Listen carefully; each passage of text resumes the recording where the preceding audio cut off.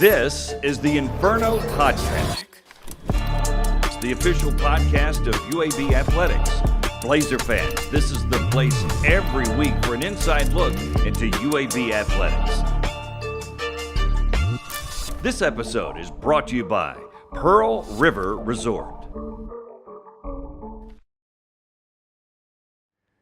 Welcome into the Inferno Podcast. I'm your host, Scott Griffin. Season 2, Episode 3, also Episode 50 in the existence of the Inferno Podcast, so kind of a milestone here for the program.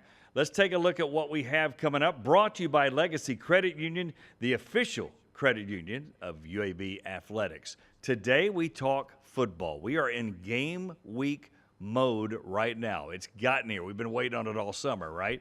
So we'll get thoughts on the wrapping up of fall camp and in game week from head coach Trent Dilfer, who also brought a friend, a very timely friend. His middle linebacker, Devin Hightower, will also be on the show talking about the defensive side of things as well, and we'll get a kind of a feel to where the team is as they progress through this season.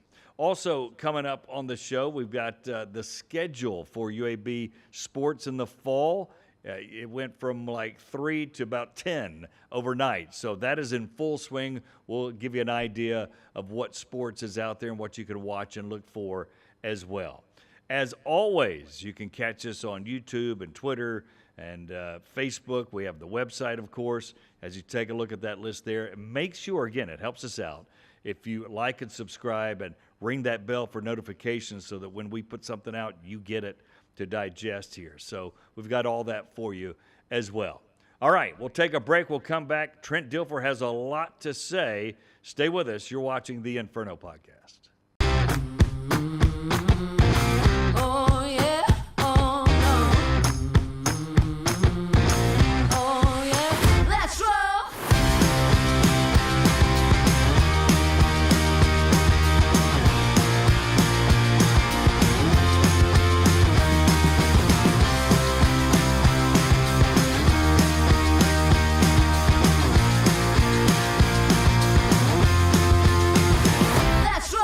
Trent Dilfer here, head football coach of the UAB Blazers. Get out there and tackle your financial goals with a new credit card from Legacy Credit Union. Legacy offers multiple credit cards for whatever your financial objectives are. You can begin earning rewards today with a credit card from Legacy Credit Union. Legacy, the official credit union of UAB.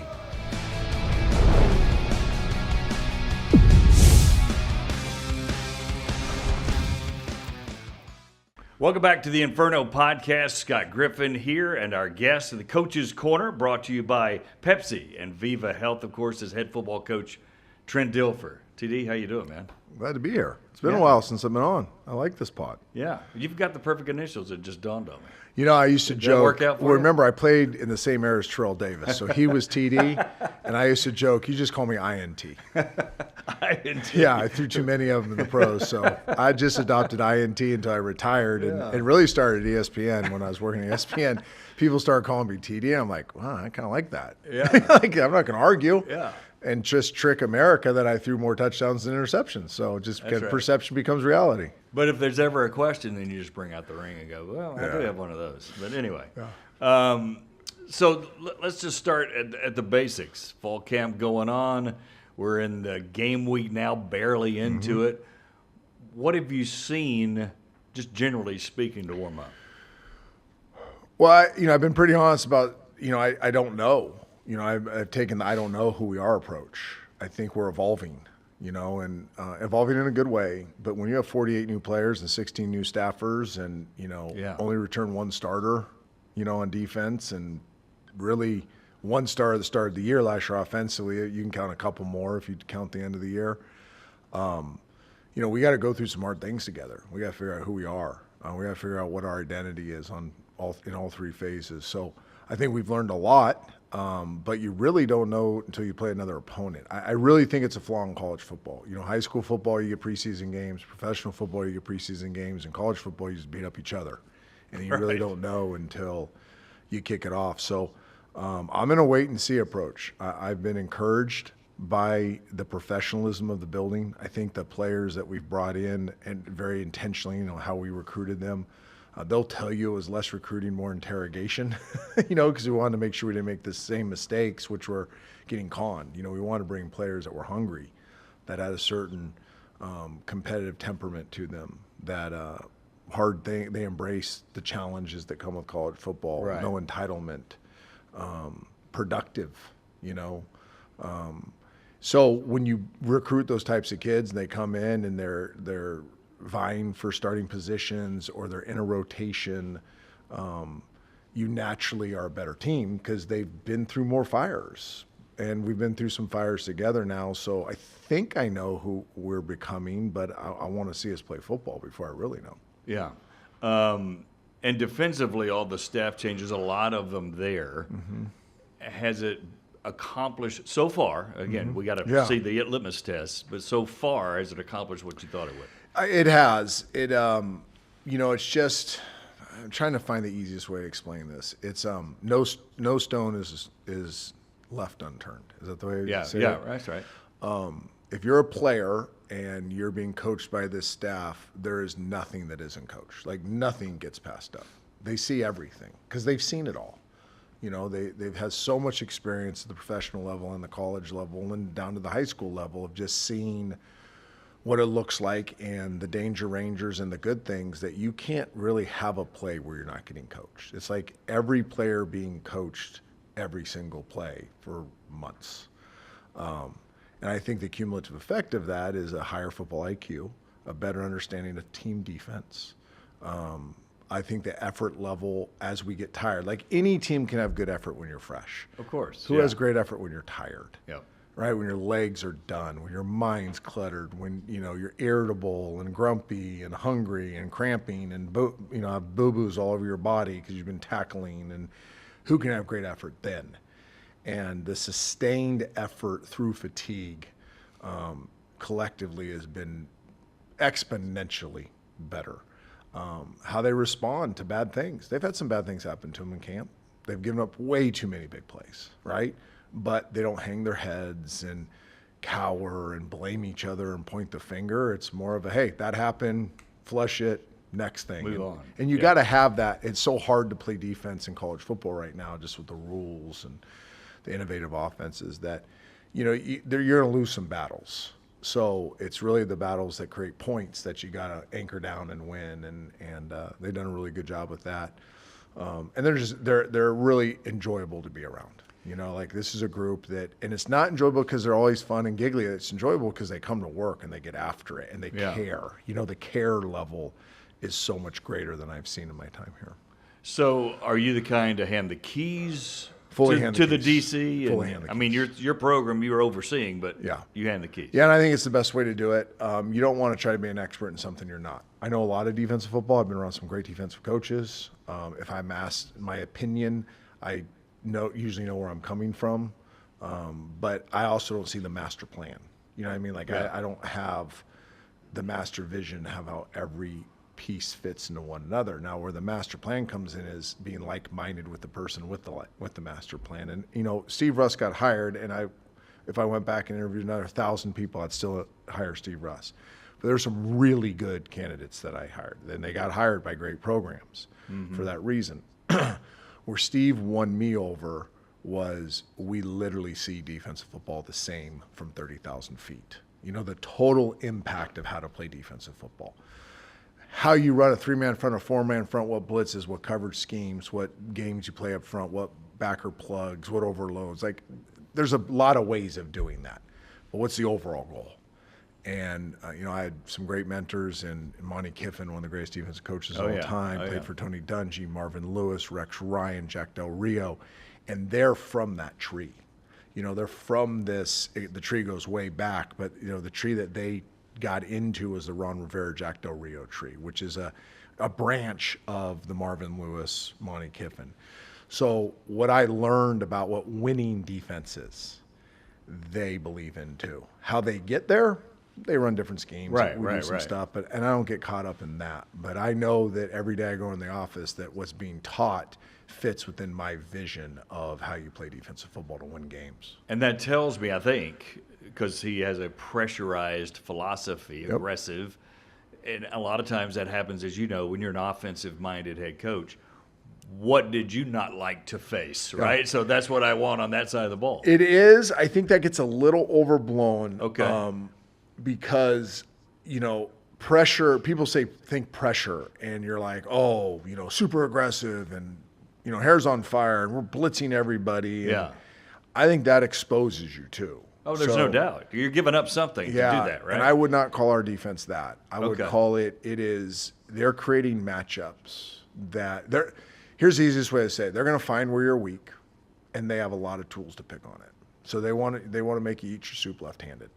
There's a better way of explaining that, but PG is that. It's very hard. Anybody can eat soup right-handed if you're right-handed. Go and hold that spoon in your left hand and try to not spill it. And that's really been what I've learned about defensive football over all the years I've been in football is, one, you want to let players play fast and free. Yeah. See what they're seeing and go play, go hunt.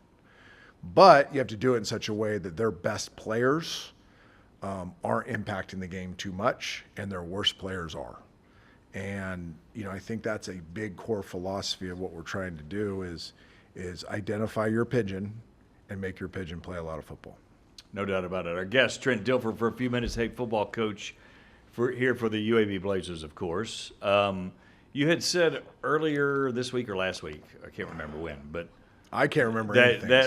So you're not going to be any help. You ask your quarterback, you rely on or require, probably is a better word, of your quarterback more than anyone. Explain that. Yeah, I think when I say it, sometimes they go, yeah, whatever. I'm like, okay. We have probably 7 different cadences, that they have to process in line of scrimmage to get tells in the defense. I'd say the NFL, a lot of teams have 3 or 4, 5. We change every protection. They have the ability to change every single pass protection. They can get us from pass to run, run to pass. They can hand signal the outside and get us to ideal looks, and whether it's a screen or a pass or whatever. They can play at 3 different tempos.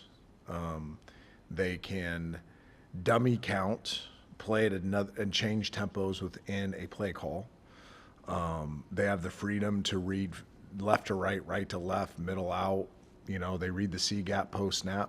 They read run to run. They read run to pass, pass to pass, run to pass, run to run. Yeah. We'll have plays that are an RPO. People think RPO, run pass option. Well, RPOs with the right defensive structure can be terrible. So we turn them into run to runs. So now you're changing a tackle to come down and you're reading the C gap defensive end. So now you're in triple option mode. We ask them to be incredibly mentally tough.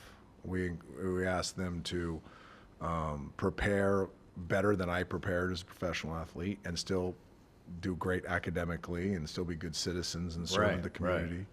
It's totally unrealistic what we ask of them. It's just ridiculous. Do you do that on purpose? Yes. I want to overload you. Yes, and we to tell see them, what you retain. And we are honest with them. It's funny. You're going to talk to Devin Hightower today, who's just been an unbelievable addition to our team. But we really don't recruit players that hard. We sell what we have to offer, and then we interrogate them because we want to see if they can handle it. Right. And with quarterbacks, I say this every time a quarterback sits in my office. Do you really know what you're asking for? I want to be coached by the guy that played in the NFL and, did the Elite 11 and Alex Mortensen who coached all these pros. I'm like, okay, can I tell you what that involves? And we want to run them out. What I don't want to be is tricked when they get here. You know what I mean? I don't want them to be like, oh, this sounds so cool, and they get here and they tap out. Nate Rogers was a great example. Great young player for us from Watonka. And, he's the best athlete in the school, best basketball player, best football player. Life's come easy to him. And I remember his dad and mom were there, and I'm laying out why he probably shouldn't come to UAB. And his dad goes, are you recruiting him or trying to put him in? I said, no, I need him to understand that this is an intellectual game as much as a physical game. That's right. And he was about it. He was like, let's go. I need to learn how to play quarterback. But a lot of them that want me to pat them on the back and tell them how great they are and And I tell them, hey, I'm very unimpressed with that type of high school player you are. I think you'd be a really good college player, but I'm very unimpressed with the high school player you are because you haven't been asked to do very much. And I don't know if you can be accurate when being asked to do all these other things. I don't know if you can be tough when things really get hard. I don't know if you can make the type of plays we're asking to be made when you've also processed multiple layers of information. I don't know if you can work at the level we expect you to work. I don't know if you can still get a 3.5 or above GPA while we're asking you to all do this. I don't know if you can serve 40 hours in the community while we're asking you to do all these things. I just don't think you can do it because you've never been asked to do it. That's right. And the dad's like, do you like my son or not? I'm like, I do. I like his traits. But this position, I'm not going to get tricked. I like the dough and the salt added, but Yeah. I don't know if it's going to be bread. Yeah, right? I'm not getting tricked. You know what I Yeah. mean? I've spent 2 years getting conned, and I'm done getting conned Yeah. by anybody. By anybody. Yeah. And especially the guy that holds the ball every snap. So what that says is when media or fans go, well, this guy can play because they see a strong arm or whatever. Yeah. You're looking at footwork, decision making, you know, all the intangibles I laugh. nobody talks about. Listen, the quarterback recruiting season to me is the most comical season of the year. I literally, and I did it at Elite 11, I see these big programs sign these kids that have zero chance. They have zero. Like, they're super talented. Don't get me wrong. They probably earned all their 5 stars. Yeah. They have no chance because they've never had to do it with the pressure, with the expectation, with the multitasking that I know they're about to be asked to do. So what's going to happen is their road is going to be longer. Therefore, they're going to quit sooner and they're going to transfer. Go through your list right now. Everybody pull out their old whatever recruiting rankings and look at the top 10 quarterbacks and watch how many times they transferred because it didn't work out at the first SEC school, the first Big Ten school, or the first whatever school. And Elite 11, we were able to identify all that because we did a very similar process. We just made it incredibly difficult, and we found out which ones have the resilience, the grit to get through it and improve, and which ones like, oh, what's the next easy thing that I could do? Because eventually, a quarterback, you're the biggest, baddest dude until you're not. Right. Well, if you've never Right. been not, right? Well, then I'm going to learn not in college, and what's that going to do? Like, everybody goes, well, you have him for 5 years. No, you don't. These guys are going to come in and be ready to play. We recruited Ryder Burton in the winter portal with the expectation that if something happens to Jalen, he's the starting quarterback. Yeah. You know, he's the backup. And he has responded to that because we vetted it a certain way. So I don't listen. You can tell me I'm wrong about everything. My record proves that I've been wrong, but this is the one will not compromise on. That Yeah. How we recruit the quarterback position is very different than anybody in the country. And I watch all these guys and I grade them like I did at Elite 11.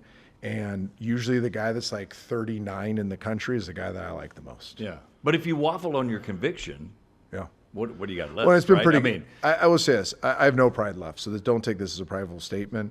I've been pretty good at this. Yeah. I have a track record through the NFL draft, through Elite 11, through the kids we brought into Lipscomb, that 2 state champions, one kid never lost a football game, Right. Gatorade Player of the Year nominee, that, by the way, was a backup on his JV team. So we've been able to identify these traits, this makeup. I would say that's the easiest way to do it, is this holistic makeup of the player that we believe is a winning quarterback. And sometimes they're not great throwers, and sometimes they're not great athletes, and sometimes they don't have all the stuff that other people want, but they know how to win football games as a quarterback. And then you build an offense, build a team around that player. so let's talk about Jalen. First of all, I appreciate you guys letting me do a story on him for local television. Great kid. Made a mistake. His parents helped him through that. Yep. But you take a chance on him too. So when I say, what did you see? Easy to see, like we're talking about, 6'5", 230 with a great arm. Yeah. But what did you see beyond that? Because I know you looked beyond that. The grit, the resilience, the pedigree. I know what the messaging was at home. I know what it was on his football teams. I know he's overcome. I know what the general day-to-day of his life looked like, both good and bad. How he responded in a very tough situation, how he took accountability for his culpability within that situation. The people that at Florida that coached him, that grew to love him and would have begged to have him back. Because he was going to be the starter once Anthony Richardson left. Sure. And coaches we really respect. There's Billy Napier's a guy that our staff knows and we respect. The talent, he's very talented. I think his willingness to grow is the thing that is most exciting to me. He's not even close to where he needs to be or where he's going to be. But he's also only started 8 college games. Yeah. You know, so his ceiling's incredibly high. We've worked really hard on raising the floor, you know, and I think that's his greatest challenge right now with limited starts. By the way, I was the same way. You know, I played 6 games my freshman year. I think I started 13 my second year. I was okay. You know, I was very talented, but I made some really stupid mistakes. And then I worked through those, and I, you know, set the NCAA record for least passes and most passes attempted without an interception held for tons of years, because you grow, and we have good coaching and you have the right approach. You grow and you get better. So he wants to grow. He wants to speed up the growth process probably more than most, and I have to remind him that there's going to be some natural bumps in the road. He doesn't flinch. You know, I think that's the thing that you know, there are some times he played terrible last year at times, and he knew it, you know, but it didn't affect the next time he went out. He's not throwing a fit on the sideline. He doesn't get caught up in his feelings. You know, he has a process to get ready to go play the next snap, as it's the most important snap ever. He's not a big outgoing leader like, you know, me. I'm a loudmouth, you know, vocal, big personality, eat up a lot of space. That's not him. He's more fun. You know, he's way more fun than me. He's really enjoyable to be around. I think his teammates respect him, number one. Number one, I don't think there's anyone on the team that doesn't respect him, the way he lives his life, the way he works, the way he competes. But then also is fun. Like, I think sometimes they want to spend more time with him, but he is married. You know what I mean? You can't just go hang out with the guys all the time. He's married. Right. So,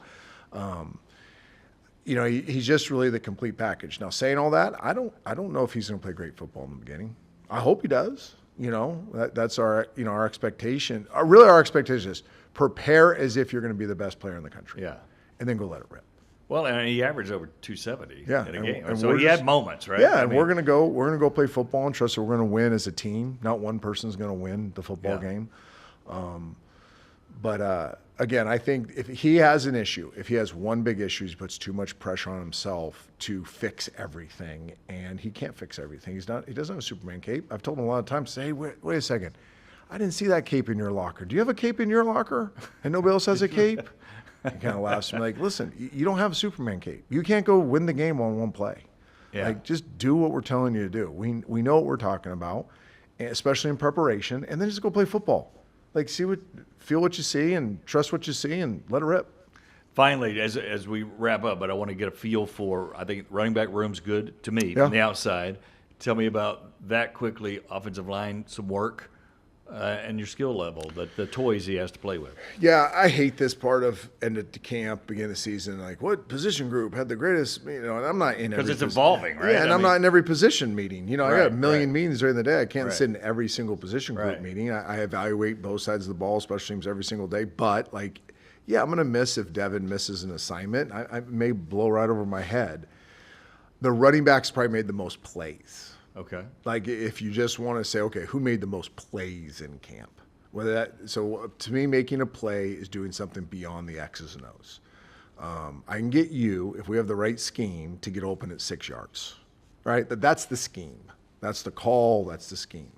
What if I call that play and you're covered, right? Because it was the wrong call. And then you still find a way to get open and make a play. Right, you hitch and go. Right. Yes, like we have not blocked linebackers. Devin's probably going to giggle here, in the hole. And our running backs have done an amazing job of like giving them half a leg, and the linebacker kind of comes off the leg tackle, and they go and turn what should be a 1 yard gain into a 6 yard gain. Our running backs have made plays in the passing game. They made plays in the blocking game. They're all contributors on special teams. So if you're looking at a position that's made the most plays, I'm not saying the best, but just made the most plays in a 3-week camp and another week, kind of transitional week, it would be the running backs. All right. Quick thought on Hightower. He's coming up. Devin. What a great kid. Here's what I'll say about Devin. You can talk about the football stuff. He's a highly productive player in college football. Here's a kid that's gone through some tough stuff. You know what I mean? And he makes me better. I look for guys on the team. I told him this the other day. He can tell the story. I walked in. I said, guys, I need, I got some demons I'm shaking off too. Like, it's nice to walk to walk into a building and be like, man, that kid lifted me up today. Yeah. Man, his approach. Right? I know he's going through something, but he's not letting that baggage affect how he's treating his teammates or his coaches. That's Devin. Like, he's a really good football player. I don't want to just make this kumbaya nice kid. He's a very good football player. But, man, he's a light on our football team, despite going through some tough things. Off the field, which we all have stuff, right? Yeah. And he's been able to manage his stuff without it ever sucking the life out of our team. If anything, he puts life into our team. Beautiful. Thanks. Coach's Appreciate you. Corner, Trent Dilfer, thank you, sir. Blazer of the Week, the guy who was talking about, Devin Hightower, coming up when the Inferno podcast continues. Hang on. Oh yeah, oh no. Oh yeah, let's roll.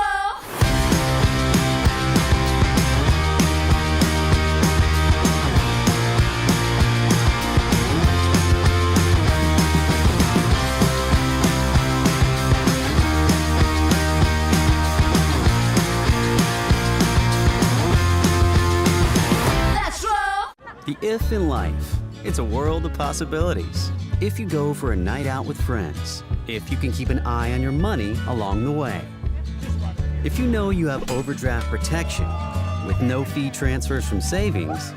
When you get a low balance alert, it's easier to say yes to fun. If that sounds good, try Regions Life Banking. Stay ready for the if in life.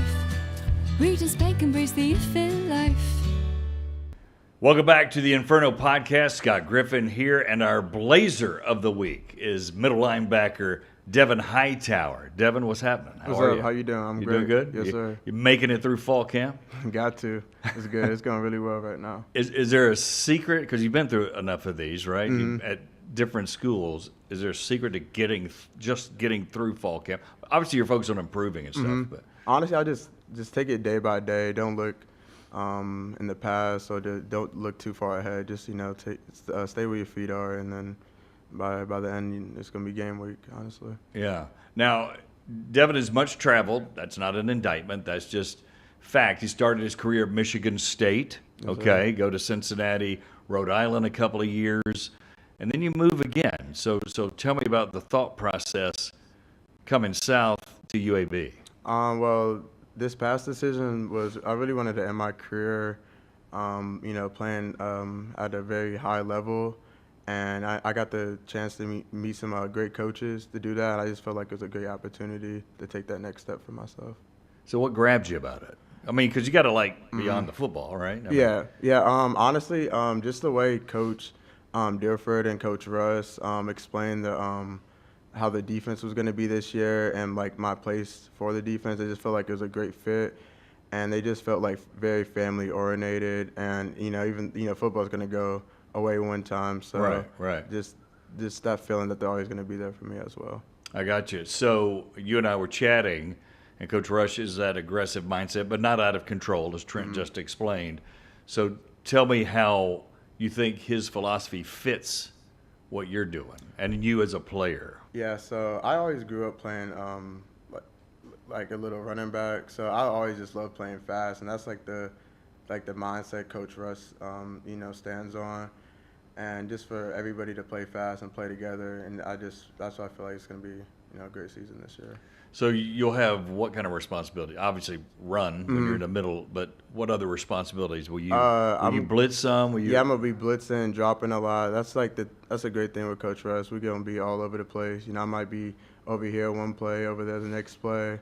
So it's just Taking it back, out of the back, but whatever. You really never know what's coming. That's awesome. Yeah. So what about your teammates? Because I mean, when the coaches get done and the practice is over, you got your boys that you got to hang with. So Yeah. tell me about that. It's been really great, especially in our linebacker room.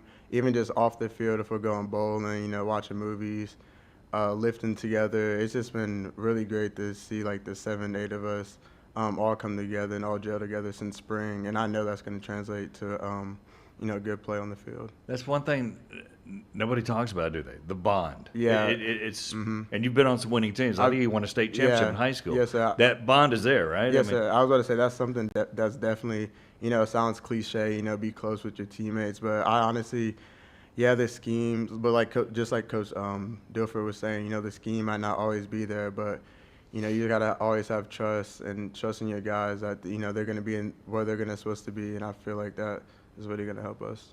So you're about 227, you told me. You're kind of prototypical middle linebacker these days. In the old days, you want to be 245, but these days with all the responsibilities, that's pretty big. So tell me a little bit about any special diets or weightlifting routine or any special training you do, or are you just pretty basic? Yeah, I'll say it's pretty basic. Just come in with Coach Lyle every day, and I just try to get as much calories as I can every day, and it's pretty basic, honestly. So you tend to not. You've got to work hard to keep the weight. Yes, right? sir. Yeah. So in high school, I played nickel, so I was like, oh wow. Yeah, I was like 210, 205ish. So keeping weight, it's not a problem or anything, but it's just something I just gotta keep maintaining, so I could just keep it there. Absolutely. Our guest is Devin Hightower, middle linebacker for UAB. What are you studying? What do you want to do? If football doesn't work out, or not that it won't work out this year, but you know what I'm asking there. Yeah, so I graduated last December with a marketing degree. So both my parents are in sales, so I would love to do that, or I would love to get into coaching as well. Oh, really? So you're kind of open to whatever? Yeah, open to whatever, honestly. All right. Yes, sir. So you wear number 0. Is there a story behind that or not? Honestly, no, not a Pacific. Well, that's not good for the podcast. Not a Pacific story, but one of my favorite basketball players is Russell Westbrook. And you kind of look like it. I've got that before, honestly. Yeah. But and his reasons to wear it because 0 people believed in him. And so I wouldn't say 0 people believed in me, but I kind of just like that story. And like when stuff hits the fan, I love to just think back at that. Yeah, that's awesome. Mm-hmm. So tell me what grabbed you about this level, this conference, because you got Navy in there, you got UAB of course, Memphis. You got some pretty big schools, and like you said, it's a higher level than Rhode Island. Right. Honestly, just like you said, it's really not no like a very low team or a very high team. It's like a lot of teams in this conference, they do a lot of different things, either run or pass. I just felt like it would be a great spot to put myself to get the best of both worlds with the passing and the running game. So what do you think of Birmingham? I like it. I've been here since January, so I like it so far. Got a chance to check out some barbecue spots. So it's my first time in the South, so I'm still getting. It's your first time? Yeah, first time. Like living in the South. Yes, sir. Living. Yeah, you visited before. Yeah, I visit like Florida, but never been Alabama though. All right. So what do you think of Alabama? You can be completely honest. Completely honest. Nobody in Alabama watches this podcast at all. I like it. It's just a little hot, honestly, but I'm getting used to it though. This isn't hot, man. Come on. That's what I keep hearing. It's not even that hot. This is nothing. This is like spring. What are you talking about? No, but so tell me about the barbecue. I like it. So I've been going to this one place. Can we mention barbecue restaurants, Hayes? Hayes gives a thumbs up. Go ahead. It's called what's the name? Saws? Yeah, Saws. That's what it is. Wow, that was a good guess on my part. It is Saws. It's really good. Yeah. Yeah. So I'm just trying to so make my round and just see. There's not many bad barbecue places. I haven't had any bad. We've been getting catered Full Moon, and that's been pretty well. Yeah, Full Moon's good too. Yeah. So is it different than Ohio barbecue? I would say it's different. I think it's just like more sauce here, honestly. Little kick? Little kick to it too. So you like it? I do like it. So you might be getting heavier one day if you don't watch out. What is your go-to meal? Is it barbecue? I wouldn't say my go-to meal is probably pizza. Honestly, pizza's my favorite food. My whole life. Do we want New York style, Detroit style? You might be Detroit style since you're kind of close there. Yeah, Detroit style. Big, thick. Okay. Yes, sir. I guess we've kind of morphed into the lightning round all of a sudden, talking about all the different things that we got going on here. Getting back to a little football, you've played enough you've seen kind of the game evolve a little bit. Do you like the direction? Because you're very normal to be a defensive back in high school, but have the frame to put 10 or 15 on and become a linebacker. Yeah. That was never dreamed of 15 years ago. Right. I love the way the game's going because, I feel like for me personally, I could be super versatile. I love guarding people. I love being in coverage, but when stuff hits the fan, you got to fit the run. So I just feel like it's a perfect fit. Yeah. For my style of play. So what tip would you give any player? Because you've transferred and used the portal, and you told me the story just to briefly go over because we want to talk for an hour about it, but Michigan State, different things happened. Your coach left, moved over positions, all that thing. So naturally, you go to Cincinnati, you go to Rhode Island, and then here. Every one of those still was the right decision for you? And I know this most recent one was because you just made it. But I think if I had to give somebody advice, I would just say pick, like, where you're, like, I know, like, you go to a school for a specific coach, but, like, don't make that the only reason because coaches come and go. So yeah. I think that's something I struggled with at first because, like, I just was living, like, in denial, like, my coach would leave or, like, that would even be a thing. So I think just go, like, not just because of the coach. Find different reasons, if it's just educationally or maybe if you have a close friend or just, like, the type of defense they do. I think go for that and not just the coaches. So more factors than factors. Just, right, The coaches. Am I going to play early? Exactly. You know what I mean? Yeah, that too. You got to have patience, right? I have to have patience. Oh, no doubt about it. Do you, obviously, this is probably a goofy question to say, do you want to play in the NFL or professional football? Yes, sir. Yeah, that's always been a goal since I've been a little kid. So, okay. Yes, sir. But you've got plan B, Always just in case, right? Always got to have plan Because your A, parents, I'm sure. B, C, D. That's how my mom raised me, so. Yeah, but that's good. Mm-hmm. That's good. What hobbies you do? You typical video games? Yeah, I love playing the video game. Just hanging out with my friends. I'll be on the FaceTime, my old friends at my old school. So nothing too crazy, but just really chill. Playing them online? Yeah, playing online. You got a game of choice or? Probably NCAA football. Oh, football. Yeah, definitely. Okay. And who are you usually? Since I'm from Ohio, I'll be Ohio State a lot. That's a pretty good choice. I think. I'm sure you grew up thinking Ohio State, right? Yeah, everybody in Ohio does. That's the dream school yeah, for sure. So was it weird going to Michigan State to begin with? I wouldn't say weird because once I made that decision, I kind of left those childhood dreams away because I got to play against them that next year. So I kind of just left that under the rug. So you wouldn't freak out if you had to guard Jeremiah Smith in the slot and you'd be ready for it? You got to do what you got to do. I got you. But you're still an Ohio State fan. I'm sure there's that part. Yeah, just that little part, yeah. The kid part. Yeah, and my parents too, so. Yeah, that's cool. Will they make it to games? Are they the kinds that'll come to? Yeah, my parents were very supportive to me last year. They came to all my games away and home, so they're looking to do the same thing this year as well. That's fantastic. Do you have a person that you model your game after? There's so many, again, in the NFL, boy, I could name 1,000,000 230-pound linebackers that fly around. Yeah. Do you have somebody you kind of go? One person that I watched their college film a lot was Isaiah Simmons a couple years ago back at Clemson. Just because he's a little bigger, but just how fast he is and just like he was all over the field. His range, man. Yeah, and I just love just seeing how he played. Yeah. You feel like you got that? What is your 40, by the way? I'm not specifically but last time I ran it was a 4.58. So that's pretty good. Okay. But you're quick, too. Yes, sir. All right. Do you have a favorite sports movie? Favorite sports movie? Blindside. Really? Why Blindside? Just the story, honestly. I just love it. I've seen that movie probably like 20 times with 20 different like people. Know the lines? Know the kind lines. of watching it. I love it. Wow. Is there a specific moment or line or that just maybe makes you tear up or? Yeah, I kind of like when he was fighting like in the basement and he closed his eyes and just, start praying and just, try to reset. And sometimes, that's what sometimes I'd be thinking, like when things are going left, you just got to just take your time and, just try to let things work out without trying to do too much. Pull a lesson out of it. Finally, if you didn't play football, and that could happen or it might continue, we don't know, but what would you be doing, you think? Like I said a little before, I would love to get into coaching. I've been playing football since I was 3 years old. And 3 years old? Yeah, I started with flag football. My dad got me into flag football. So I really just don't see myself not doing anything football or sports related, honestly, just because I just have such a love and a passion for it. I lied. One more question. So what grabs you about it? Is it the hitting? Is it the strategy involved? Or honestly, I think it's like the competition and just like the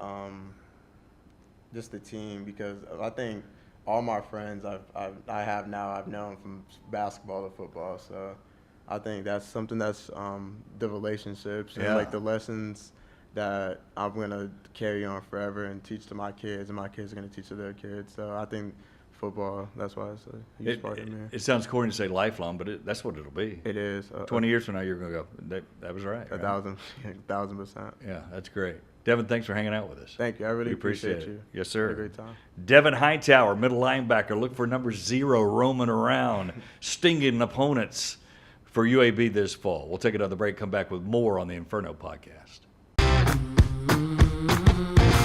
Oh yeah, oh no.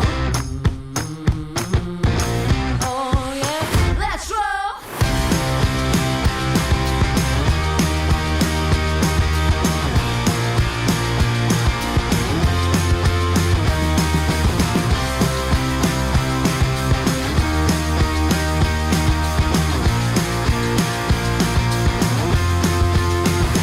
Let's roll. Trent Dilfer here, head football coach of the UAB Blazers. Get out there and tackle your financial goals with a new credit card from Legacy Credit Union. Legacy offers multiple credit cards for whatever your financial objectives are. You can begin earning rewards today with a credit card from Legacy Credit Union. Legacy, the official credit union of UAB.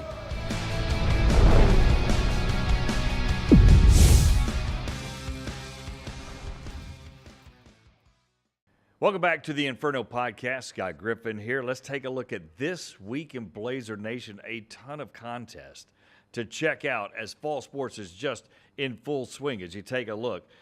August 22nd, we got UAB Volleyball and Alabama State. That's at 5 o'clock, so make a note of that. Women's soccer taking on Louisiana Monroe at 7 o'clock on the 24th. The very next day, men's soccer, we kind of mentioned that a week or so ago, but big matchup against Louisville at 7 o'clock.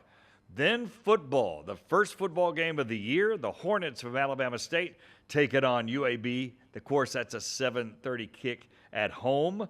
Then August 29th, UAB Volleyball back in action in the Crimson Tide Invitational. They'll take on Jacksonville University at 10, and then later that day take on UNC Asheville. So a couple of games, doubleheader on the 29th. Men's soccer also in action on the 29th. They're on the road at Clemson. And then the UAB women's cross country competes in the Foothills Invitational at 6:15 on the 29th. So as you can see, a full slate of schedules and games for all the different sports there over the next week. Tons of information coming out about UAB athletics. That wraps up our 50th episode. Of course, Season 2, Episode 3, but the 50th overall, and it was fun to have you with us here. Be sure you like and subscribe at all the social media channels that you pick us up on. For the guys, I say adieu here on the Inferno Podcast. We'll see you next time.